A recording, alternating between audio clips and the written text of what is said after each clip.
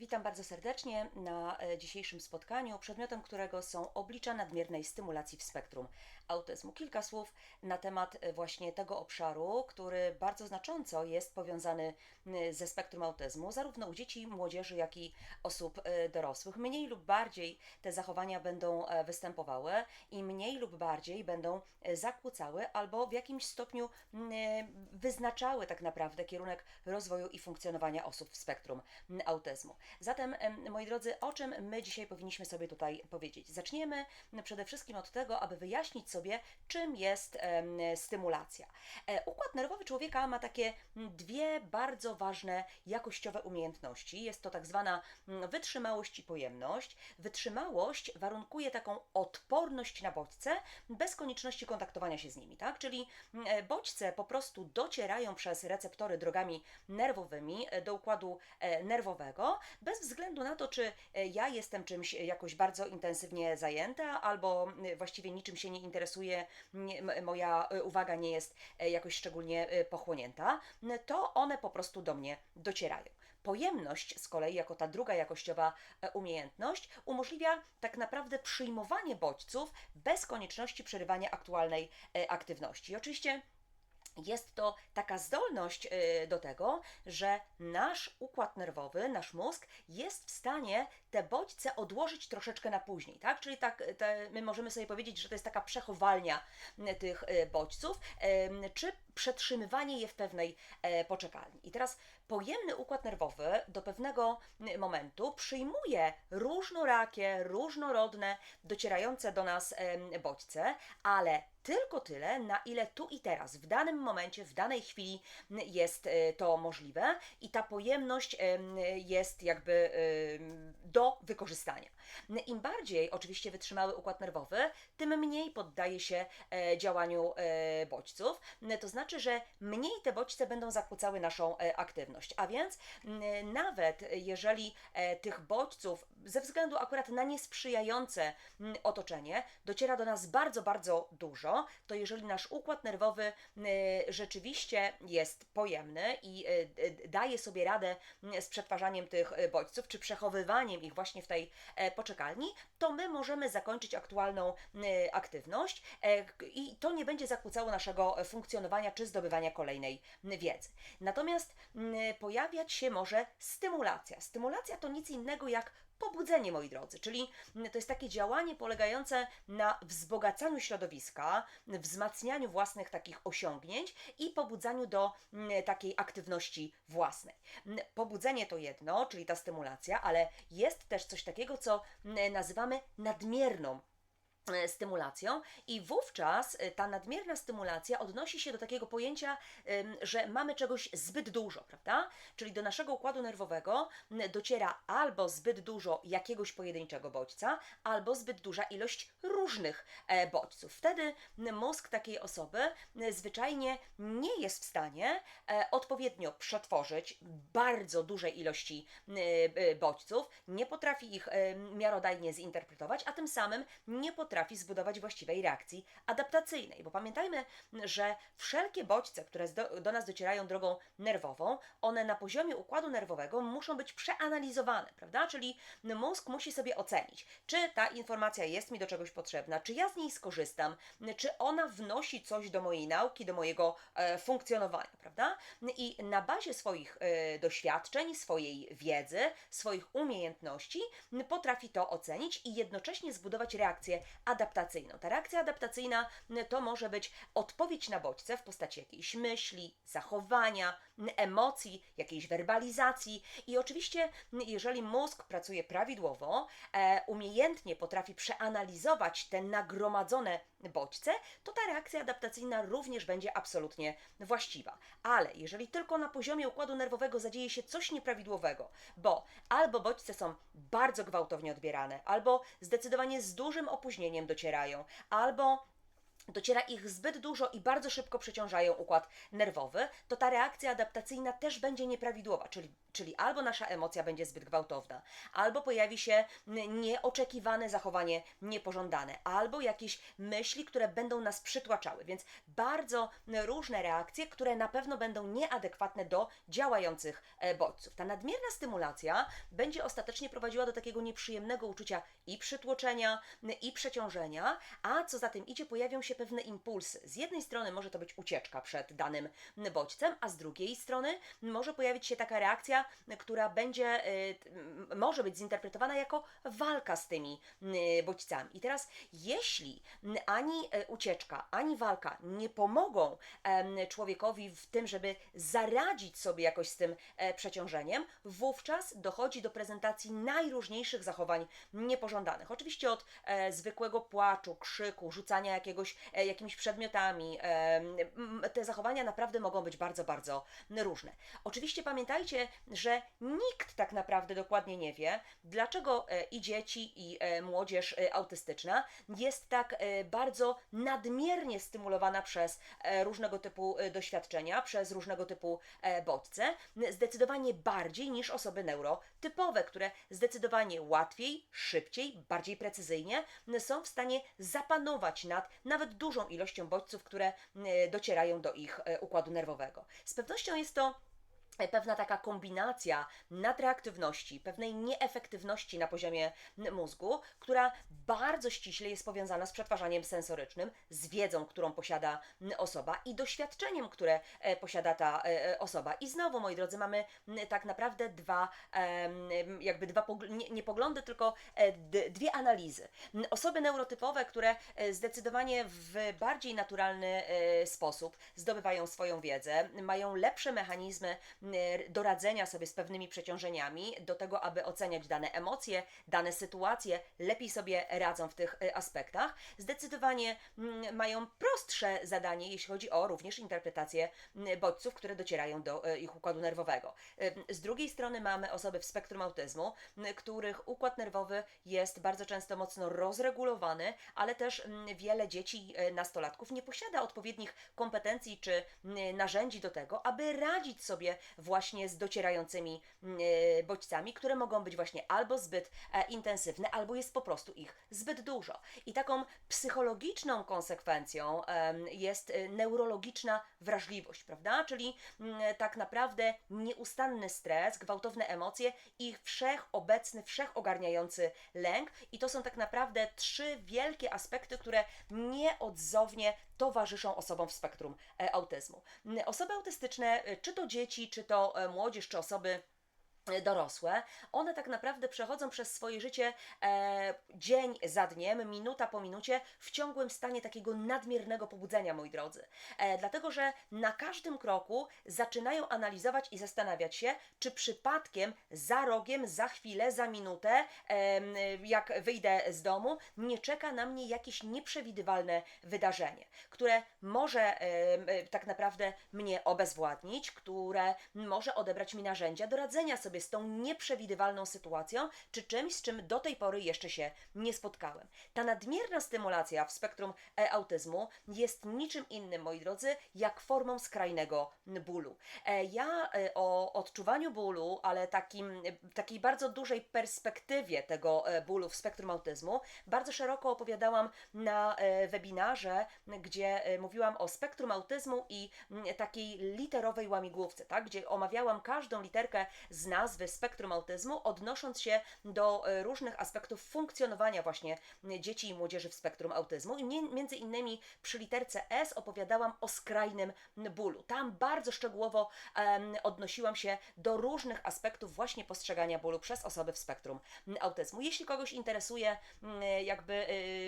ten temat, to oczywiście zachęcam do poszukania tego webinaru na mojej stronie www.puzzleszkolenia.eu i tam na pewno ten webinar się znajduje. W takim razie spróbujmy sobie teraz powiedzieć, czym zatem jest autostymulacja, tak? Powiedzieliśmy sobie o stymulacji, o nadmiernej stymulacji, więc co to takiego jest ta autostymulacja? Autostymulacja bardzo często kojarzy nam się z czymś bardzo negatywnym, prawda?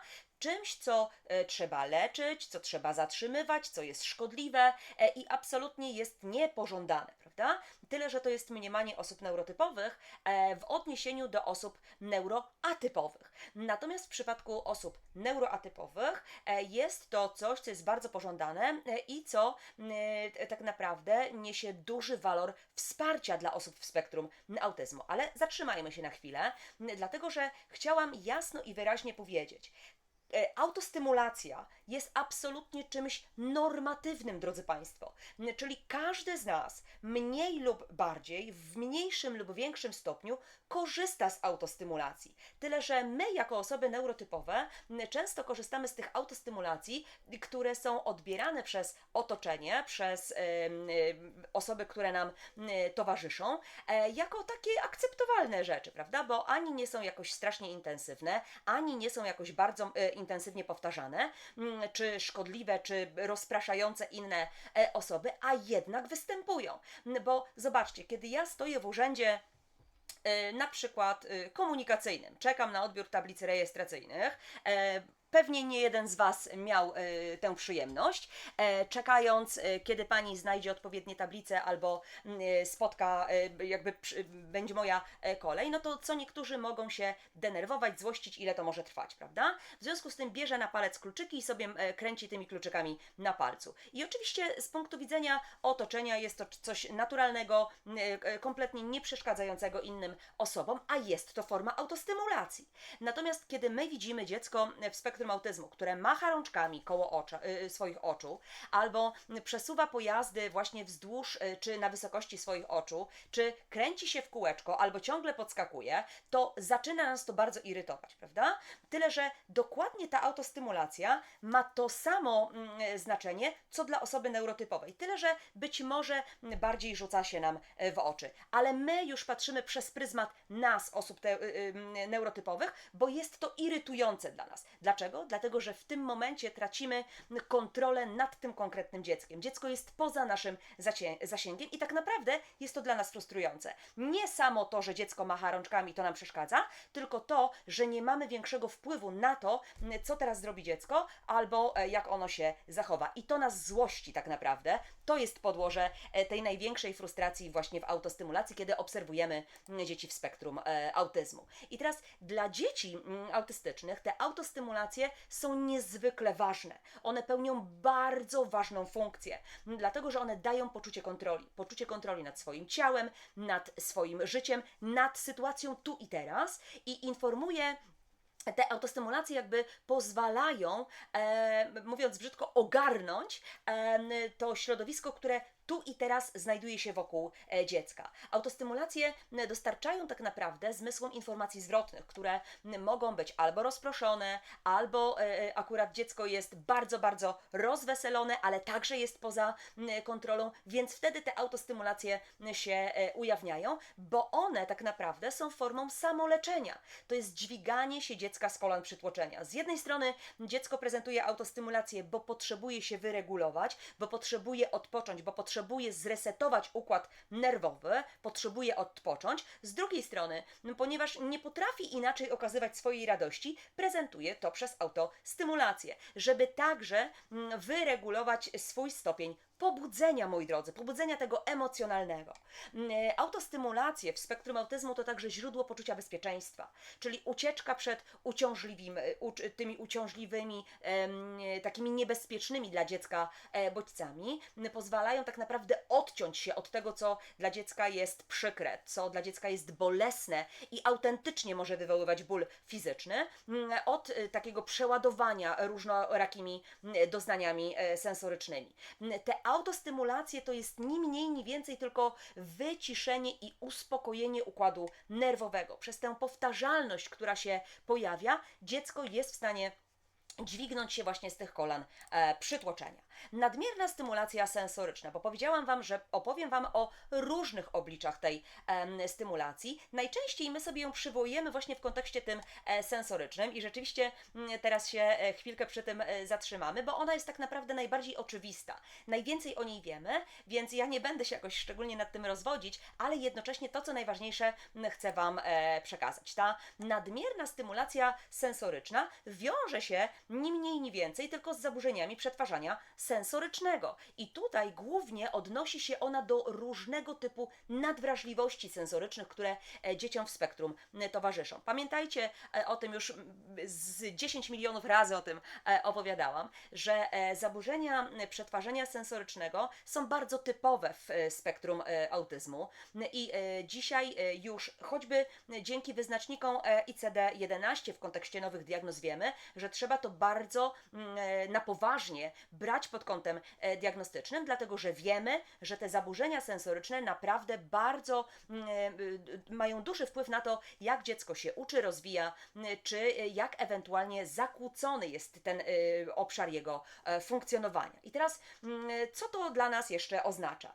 Oznacza to tyle, moi drodzy, że kiedy u dziecka występują nadwrażliwości, a w spektrum występuje ich bardzo dużo, chociaż nie mamy jednego obrazu klinicznego tych zaburzeń sensorycznych, bo każde dziecko będzie miało absolutnie inny, niepowtarzalny profil sensoryczny, to wiemy, że bardzo często występują u nich nadwrażliwości słuchowe, nadwrażliwość dotykowa między innymi, prawda?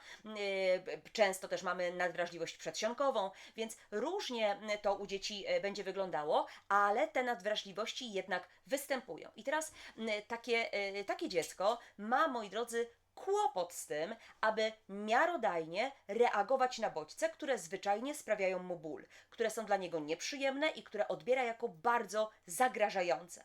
Osoba neurotypowa, która znalazłaby się w takim nieprzewidywalnym, niespodziewanym momencie sytuacji, gdzie, nie wiem, nagle gwałtownie pojawi się bardzo gwałtowny dźwięk, jakiś wybuch, jakiś strzał, głośne szczekanie wydawałoby się wielkiego psa, czy nagle poczuje nieprzyjemny zapach, jakiś śmierdzący dym, czy jakieś chemikalia, to on zacznie reagować, prawda? Czyli od razu ta kontrola tego, co się wokół mnie dzieje, zaczyna się nasilać. Tyle, że zasoby wiedzy, doświadczeń, ale także umiejętność tworzenia reakcji adaptacyjnych jest zdecydowanie lepszy, bardziej prawidłowy u osób neurotypowych niż u osób neuroatypowych. I teraz dla osoby neurotypowej takie wydarzenia, które pojawiają się nagle, gwałtownie i rzeczywiście wywołują w nas jakąś taką reakcję gwałtowną, zdarzają się zdecydowanie rzadziej niż w przypadku osób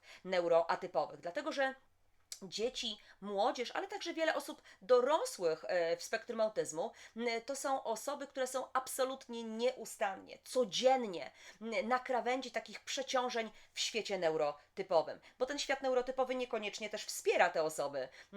Zamiast jakby uchylać troszeczkę tej przestrzeni, to rzuca kłody pod nogi i rzeczy, które naturalnie by nie sprawiały osobom neurotypowym jakiegoś problemu, czy były wyzwaniem, to już dla osoby neuroatypowej niestety problemem są. I teraz mózg osoby autystycznej, moi drodzy, w kontekście odbioru, analizy bodźców zmysłowych, to taki dziurawy cedzak. Ja wielokrotnie już Wam przywoływałam tak naprawdę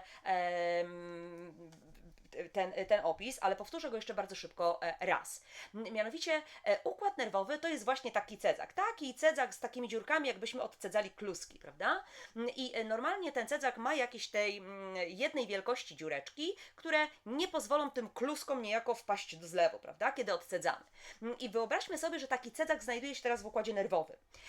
U osób neurotypowych rzeczywiście te dziurki są dość małe, one są identyczne we wszystkich, jakby na całej powierzchni tego cedzaka i wszystkie informacje, które do mózgu docierają, one trafiają do tego cedzaka, tak? I przez te maleńkie dziurki do dalszej analizy w układzie nerwowym dostają się tylko te informacje, które są absolutnie niezbędne. Wszystkie pozostałe są wycierane gumeczką niejako, albo tak jakby wylewane do zlewu. W przypadku dzieci i w ogóle nastolatków w spektrum autyzmu ten cedzak jest bardzo mocno poszatkowany. Te dziury są wielkie, duże przestrzenie bez dziur w ogóle, albo właśnie nagromadzenie bardzo dużej ilości tych dziur. Co sprawia, że informacje sensoryczne, czyli różnego rodzaju bodźce, trafiają absolutnie wszystkie. Nie ma tam takiego filtra, który powie, dobrze, to mi się przyda, to mi się nie przyda, o tym zapominam, tego w ogóle nawet nie biorę pod uwagę. Nie, u dzieci w spektrum autyzmu tego nie ma. One analizują absolutnie każdy jeden bodziec na poziomie poziomie takiej samej równości i znaczeniu. Czyli wszystko to, co dociera, czy szczeka pies, czy trąbi auto, czy mama mówi umyj ręce, wszystkie te dźwięki dla mózgu osoby autystycznej są identycznie ważne. Czyli w momencie, kiedy dziecko autystyczne analizuje 1000 takich dźwięków, czy różnych bodźców sensorycznych, które jednocześnie do niego docierają, i osoba neurotypowa, która tak naprawdę analizuje ich 10, to mamy jakby porównanie tego, jak funkcjonuje, jak aktywny jest mózg neurotypowy i neuroatypowy. Kto szybciej zostaje przeciążony, tak? I to jest właśnie ta nadmierna stymulacja sensoryczna właśnie w spektrum autyzmu. Moi drodzy, prawda jest taka, że przy okazji właśnie mózgu autystycznego, ze względu na przeciążenia, na brak takich odpowiednich narzędzi do radzenia sobie z tymi przeciążeniami, ten mózg bardzo szybko odmawia posłuszeństwa. Czyli mówi, ej, moment, stop, ja się zatrzymuję, nie mam już więcej siły. Nie jestem w stanie pomieścić więcej informacji, które do mnie docierają. I teraz takie codzienne funkcjonowanie dziecka i nastolatka w spektrum, jego zdolności do nauki, rozwoju jest zdecydowanie trudniejszy niż dzieci neurotypowych.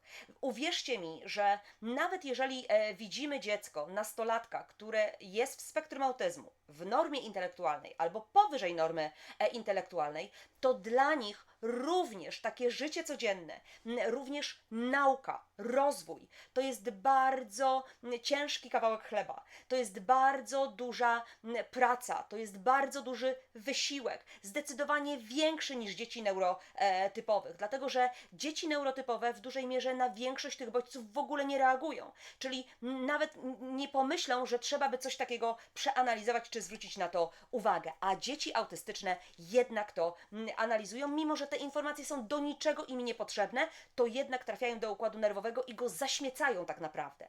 Mózg dziecka w spektrum, tak jak Wam powiedziałam, odbiera tak naprawdę wszystkie bodźce, które docierają do układu nerwowego. I w momencie, kiedy ten cedzak jest naprawdę bardzo dziurawy, to te informacje, nie dość, że ich jest bardzo dużo, to mózg chce je bardzo szybko przeanalizować, zastanowić się, zinterpretować, stworzyć reakcję, czyli to nasze zachowanie, myśl, emocje, żeby była ona jak najlepsza. I teraz niestety dzieje się tak, że ta chęć mózgu do przeanalizowania tego wszystkiego doprowadza do sytuacji ogromnych przeciążeń.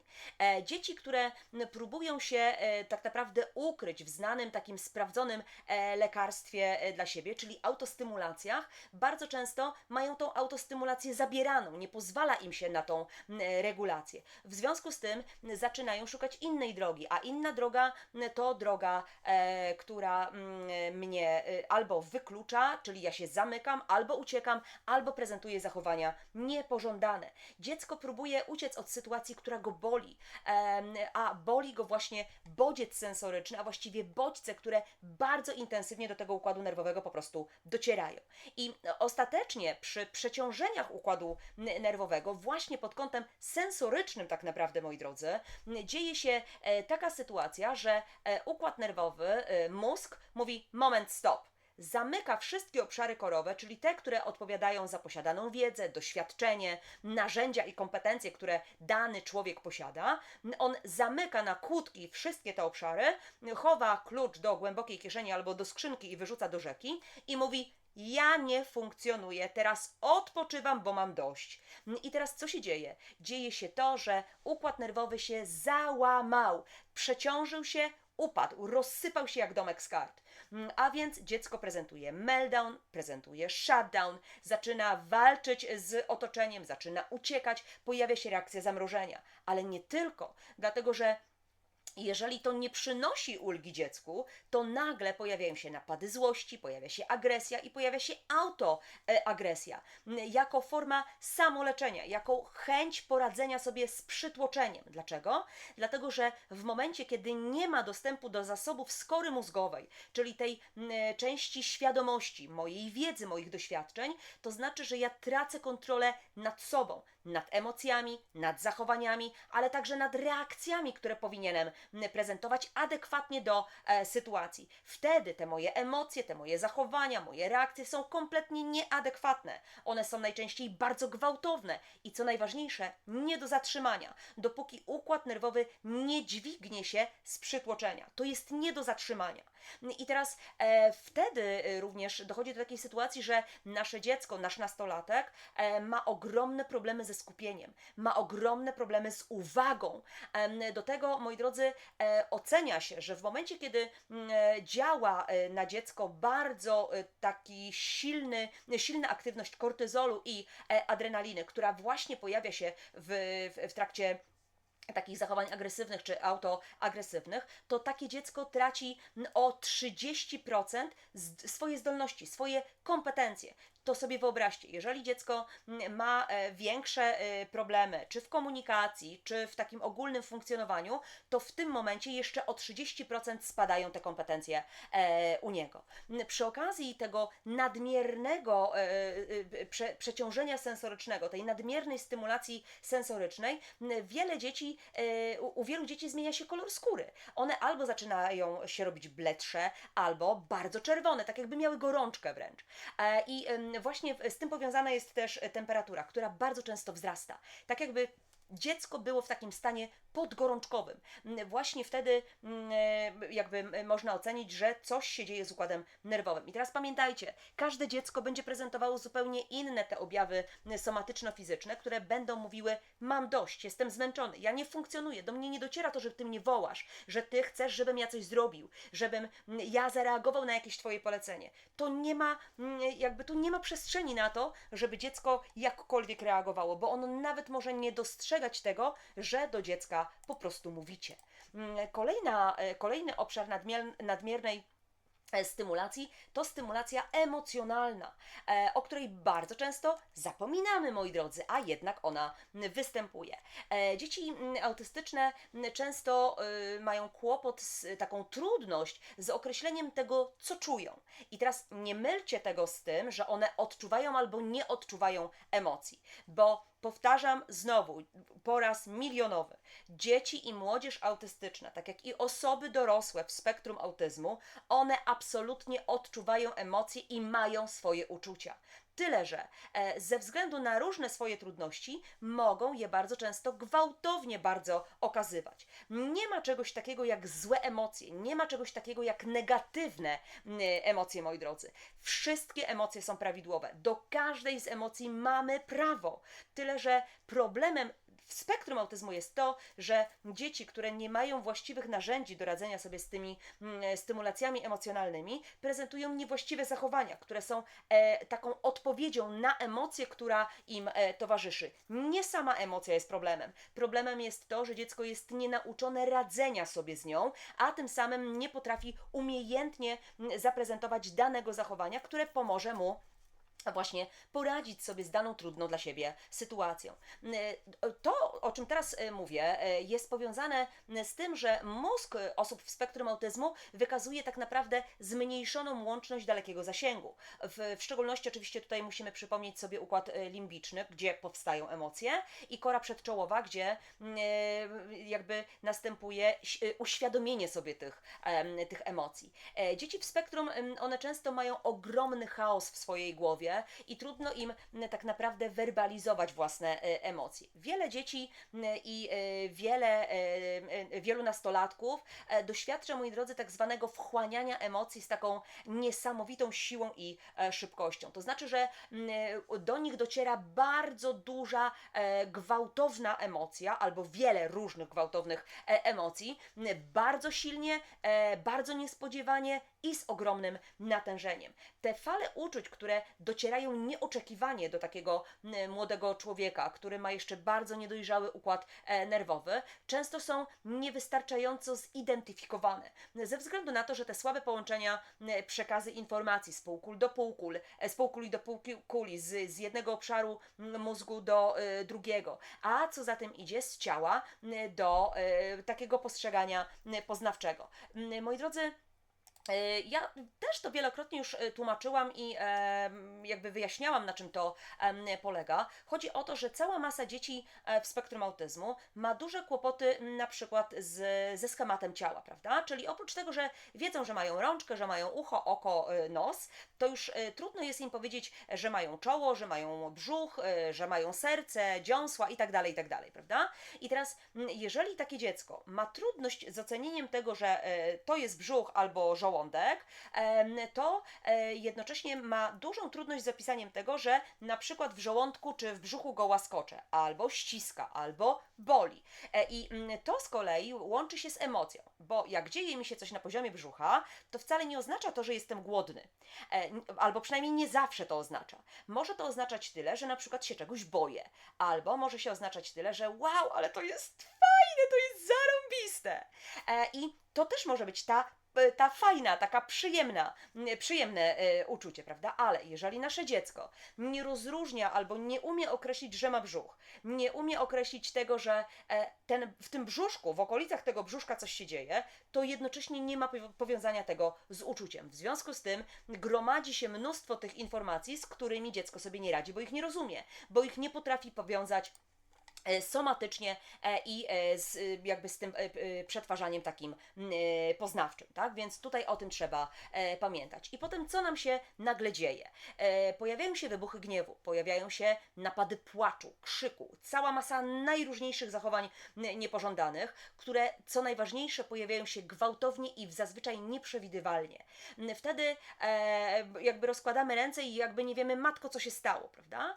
A tutaj stało się tyle, że ten zbiornik emocjonalny naszego dziecka po prostu się przepełnił. Jedna kropla za dużo wpadła do tego zbiornika, tego wiadra i nagle wszystko z tego wiadra się wylało. To, co zostało nagromadzone z jednego dnia, z ostatniej godziny, być może z 3 ostatnich miesięcy, wtedy dziecko to wylało, prezentując właśnie różnego rodzaju zachowania niepożądane. Oczywiście te zachowania niepożądane w mniemaniu osób neurotypowych.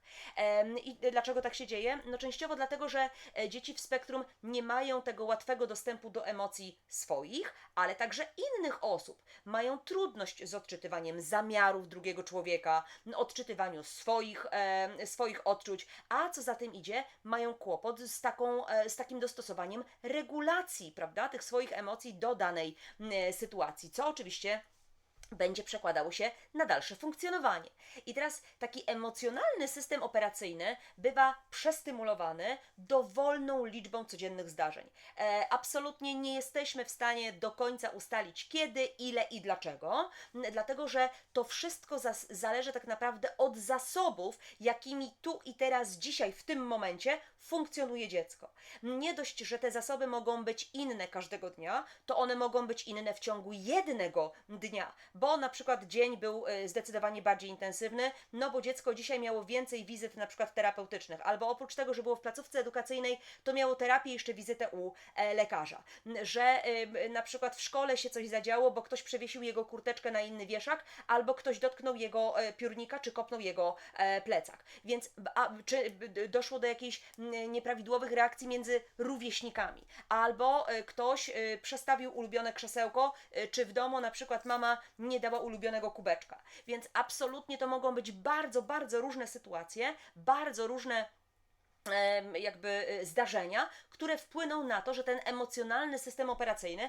po prostu powie dość, będzie przestymulowany. I teraz my mówimy o takich negatywnych zdarzeniach, ale moi drodzy, radość, szczególnie ta, która jest nieoczekiwaną radością, pewną niespodzianką, może niestety również być tak gwałtownie intensywna, że będzie intensywnie przytłaczająca. I teraz zwyczajnie może być sytuacja, że dziecko jest bardzo, bardzo szczęśliwe, bo będzie miało urodziny, przyjdą do niego goście, będzie tort i będzie super i dziecko jakby wie, jak mniej więcej te urodziny będą wyglądały, ale nagle babcia wymyśliła sobie, że zaprosi klauna jako prezent urodzinowy, nie mówiąc dziecku niczego, no i następuje przestymulowanie, bo dziecko się przestraszyło, dziecko nie spodziewało się takiej niespodzianki, nie było na to przygotowane i całe urodziny mogą przerodzić się w katastrofę. Więc ta nadmierna stymulacja emocjonalna również będzie zakłócała funkcjonowanie. W momencie, moi drodzy, kiedy mamy przestymulowanie układu nerwowego, pamiętajcie, nieważne czy to przez aspekt sensoryczny, czy emocjonalny, będziemy mieli kłopot z uczeniem się w ogóle. Wtedy następuje tak zwany regres kompetencyjny, gdzie dziecko traci swoje zasoby, które do tej pory posiadało. I nawet może dojść do sytuacji, że dziecko, które używa całą masę i paletę różnorakich słów, w momencie przytłoczenia przestaje mówić, tak jakby zapomniało, do czego służy aparat mowny. Więc o tym należy pamiętać. Dziecko wtedy słabo reaguje na polecenia, nie reaguje na przywołania, na różnego rodzaju instrukcje, bo układ nerwowy, te obszary korowe po prostu są zamknięte. Pamiętacie? Wtedy skrzat wychodzi, zamyka na kłódeczki i klucze z tych obszarów korowych po prostu wyrzuca gdzieś do rzeki. Innym obszarem nadmiernej stymulacji jest stymulacja intelektualna. I teraz co niektórzy powiedzą: wow, ale o co chodzi? No właśnie, moi drodzy, ta nadmierna stymulacja intelektualna w spektrum odnosi się do różnego rodzaju trudności w przetwarzaniu i zarządzaniu dużą ilością informacji, które docierają do układu nerwowego osoby w spektrum. To prowadzi do przytłoczenia, do lęku, do zmiany w zachowaniu, ale także jest powiązane ściśle z emocjami. Umysł dziecka, nastolatka autystycznego, moi drodzy, jest cały czas aktywny. On jest bez przerwy, można powiedzieć, w ruchu. Ten układ nerwowy bardzo rzadko odpoczywa. Nawet w nocy bardzo rzadko odpoczywa, bo jeżeli dziecko ma nadwrażliwości, na przykład nadwrażliwość słuchową, to nawet kiedy ono teoretycznie śpi, ono cały czas czuwa. Czyli mózg nieustannie odbiera, czy szumi woda, czy ktoś wchodzi po schodach, czy ktoś zamyka drzwi. Więc absolutnie nie ma możliwości wypoczęcia układu nerwowego. Taki autystyczny umysł, on gromadzi spektakularne ilości informacji, faktów. Tak naprawdę zatapia się w takich nieistotnych, niepotrzebnych szczegółach, tworząc jeszcze większy bałagan niż i tak występujący właśnie w mózgu osób w spektrum. Tutaj oczywiście będziemy mieli kłopoty z ustaleniem priorytetów, z organizowaniem zadań, prawda? I to życie intelektualne wielu dzieci czy wielu nastolatków autystycznych jest takie zdominowane wręcz przez taką niemożność skupienia się na tym, co ważne, co tu i teraz jest mi realnie potrzebne. Dlaczego? Ze względu na słabą centralną spójność. Ta centralna spójność w spektrum autyzmu prezentuje się trudnością jakby związaną z tym, że mamy kłopot z takim scalaniem, integrowaniem poszczególnych szczegółów w szerszym rozumieniu, tak? Czyli małe informacje, małe jakieś cechy, małe jakieś punkciki odniesienia połączyć w całość, żeby mieć taki ogólny obraz sytuacji, prawda? I to prowadzi do nadmiernego skupiania się na konkretach, na szczegółach, często na szczegółach, które są kompletnie nieistotne dla pojmowania sytuacji, a jednocześnie wymagające bardzo dużego wysiłku.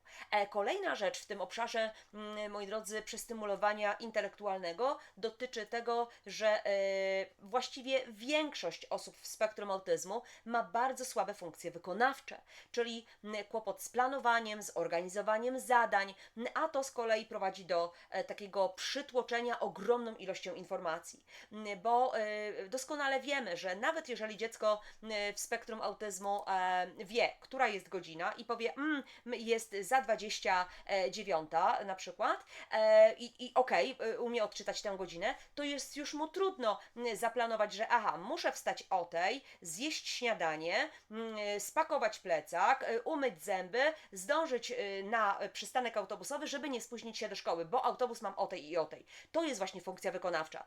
Właśnie planowanie i organizacja, nie sama zdolność odczytania czasu. I właśnie z tym dzieci w spektrum mają duże problemy. Problemy z funkcjami wykonawczymi. O tym musimy pamiętać. I teraz cały czas jakby taka analiza, skupianie się co, jak mam robić, zmaganie się z takim ustaleniem priorytetów, organizacją tak naprawdę w każdej dziedzinie życia, w każdym ułamku sekundy tak naprawdę swojego życia. Czy to w momencie, kiedy dziecko ma zrobić notatkę w szkole, czy posortować pranie w domu, wiedzieć, że białe do białego, kolorowe do kolorowego, czy zrobienie sobie zwykłej kanapki, albo pamiętanie o tym, że ma wziąć śniadanie do szkoły, może być naprawdę ogromnym wyzwaniem. Czyli rzeczy, które dla osób neurotypowych po prostu są naturalne i one właściwie robiąc to nawet nie myślą, że mają to robić, to już dla dzieci i młodzieży w spektrum autyzmu jest kolejną rzeczą, którą muszą mieć szczegółowo, skrupulatnie zaplanowaną.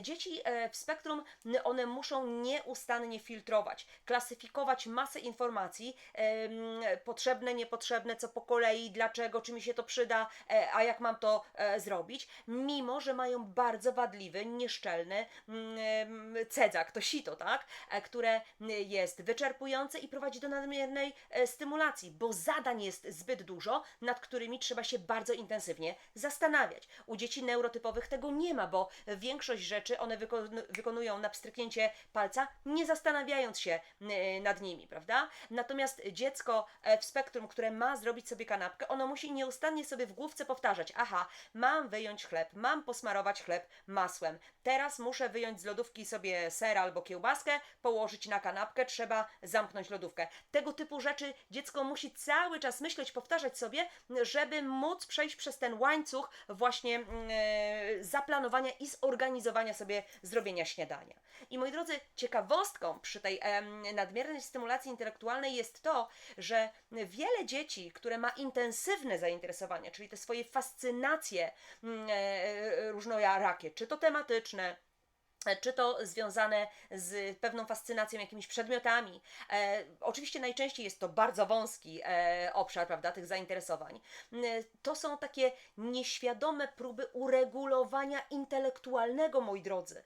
Właśnie przez takie głębokie zaangażowanie się w pewien materiał, w pewną aktywność, która nie musi być uszeregowana pod względem ważności, ponieważ wszystko inne, co dziecko wykonuje w ciągu danego dnia, właśnie się wiąże z tym szeregowaniem pod względem ważności. Co najpierw, co potem. Natomiast realizacja swoich zainteresowań się z tym nie wiąże. Dlatego bardzo często dzieci, które mają zakłócone między innymi funkcje wykonawcze, albo właśnie nadmierna stymulacja intelektualna u nich występuje, one tym bardziej jakby są pochłonięte swoimi fascynującymi zainteresowaniami.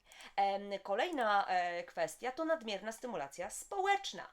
To jest następny obszar, który jest bardzo charakterystyczny w spektrum autyzmu, dlatego że społeczny system operacyjny tak naprawdę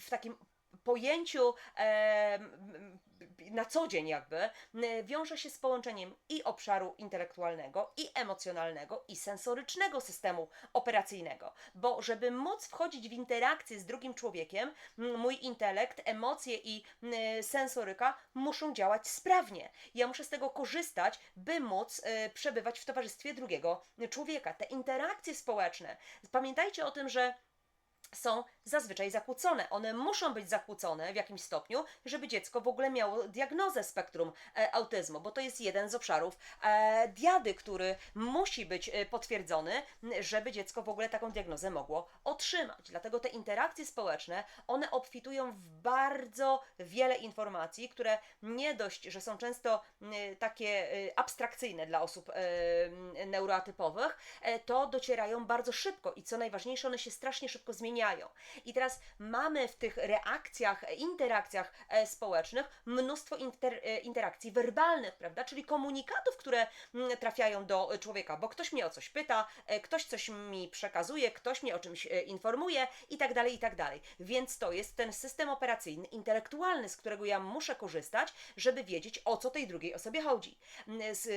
Drugi obszar, czyli emocjonalny, tak? Bo tak naprawdę trafia bardzo dużo informacji niewerbalnych do mnie, a więc mowa ciała, mimika, afekt, który mój rozmówca, towarzysz prezentuje i ja muszę mieć zasoby do tego, informacje i wiedzę, a także doświadczenie, żeby szybciutko to interpretować, tak? Co osoba, która stoi ze mną, przy mnie stoi, chce mi swoim zachowaniem przekazać. Czy jest zadowolona, czy jest nieszczęśliwa, czy jest smutna, czy radosna, czy już jest bardzo zmęczona i mam nie dość. To muszę wiedzieć, ale żeby wiedzieć to, żeby to umiejętnie ten komunikat niewerbalny zinterpretować, muszę mieć powiązania emocjonalne, tak? Czyli muszę mieć ten system operacyjny, emocjonalny również sprawny. I wreszcie doświadczenia zmysłowe, dlatego że w kontakcie z drugą osobą on jest niezwykle ważny, dlatego że osoba mówi z jakimś określonym tonem głosu, z jakąś głośnością. Może się to wiązać z jakimś takim okazjonalnym na przykład dotknięciem, bo ktoś mi poda rękę, bo ktoś chce mnie przytulić, być może babcia chce mnie pocałować, prawda? Więc znowu mnóstwo informacji, które bywają dla mnie przeciążające. I teraz ten taki multimedialny charakter współżycia społecznego sprawia, że cała masa osób w spektrum autyzmu ma z tym po prostu problemy. A co za tym idzie, im częściej są niejako, w cudzysłowie oczywiście powiem, narażone na te kontakty społeczne, które są dla nich trudne, tym szybciej następuje u nich przeciążenie, prawda? I nawet jeżeli taka osoba wytrwa w towarzystwie drugiego człowieka czy grupy osób, to idzie potem w bezpieczną przestrzeń pod tytułem Mój pokój, gdzie po prostu potrzebuje się zresetować i zregenerować.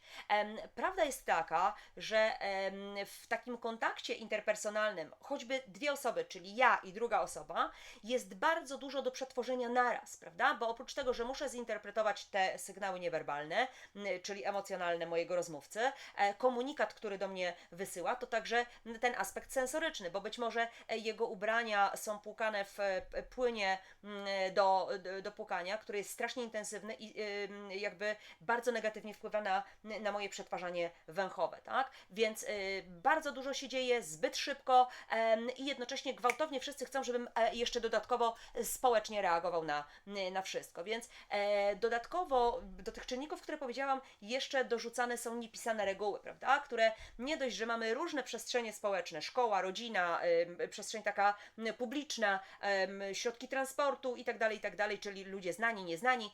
Wszędzie tam obowiązuje cała masa reguł, które są nigdzie nie zapisane, a jednocześnie obowiązują, prawda? I to również sprawia, że dziecko, które nie doświadczyło, które nie zostało nauczone, będzie przeciążone taką sytuacją, prawda? Bo braknie mu zasobów do tego, żeby jakoś sobie z tym po prostu poradzić. Te interakcje, które przebiegają tak naprawdę intuicyjnie w przypadku większości osób neurotypowych, będą trudne dla osób w spektrum. I w tych kontaktach interpersonalnych im mniejsze zasoby, im mniejsze kompetencje właśnie w tych interakcjach społecznych, tym oczywiście większe przeciążenie. A więc pogubienie, takie oszołomienie, rezygnacja, wycofanie, więc cała masa reakcji, walki albo ucieczki u dziecka się pojawi.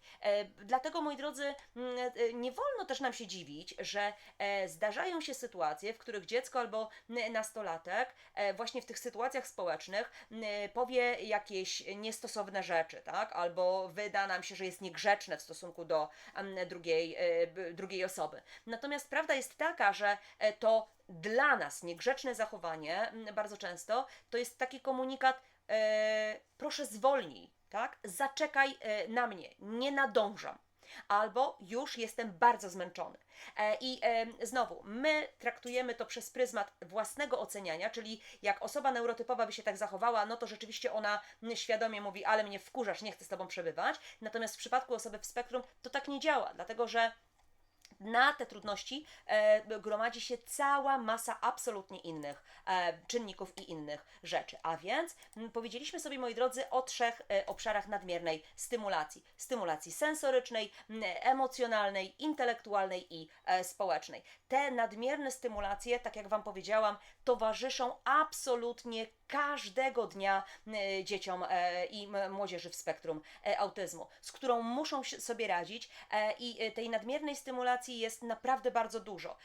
90% tej nadmiernej stymulacji w ogóle nie towarzyszy dzieciom neurotypowym, a my oczywiście zamiast wspierać dzieci w spektrum czy młodzież w spektrum, oczekujemy od nich jeszcze więcej, nie biorąc pod uwagę tego, jak każdego dnia ile wysiłku wkładają w rzeczy, które które dla ich rówieśników neurotypowych są oczywistą oczywistością, nad którymi oni się nie zastanawiają, a dla dzieci w spektrum są kolejnym wyzwaniem, kolejnym zadaniem do wykonania, a my ciągle o tym niestety zapominamy i oczekujemy i oceniamy przez pryzmat właśnie dzieci neurotypowych, co jest absolutnie niesprawiedliwe i absolutnie mega krzywdzące właśnie te dzieci, a wiąże się po prostu z brakiem wiedzy.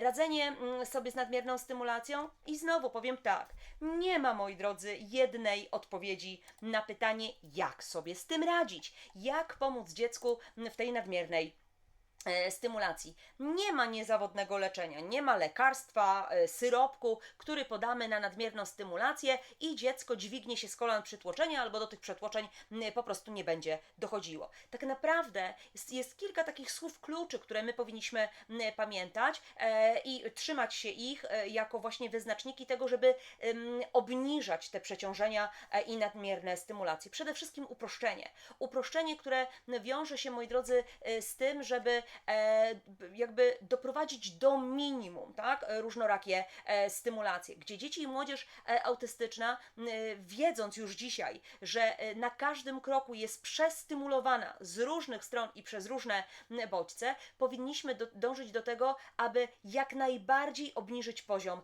stresu, żeby było jak najmniej tych sytuacji, które właśnie ten lęk będą u nich podnosić. I oczywiście nie jest tak, że jest jakaś lista zaleceń, które będziemy sobie odfajkować, mówimy, zrobimy to i dziecko będzie spokojne. Nie, dlatego, że każde z tych dzieci jest inne.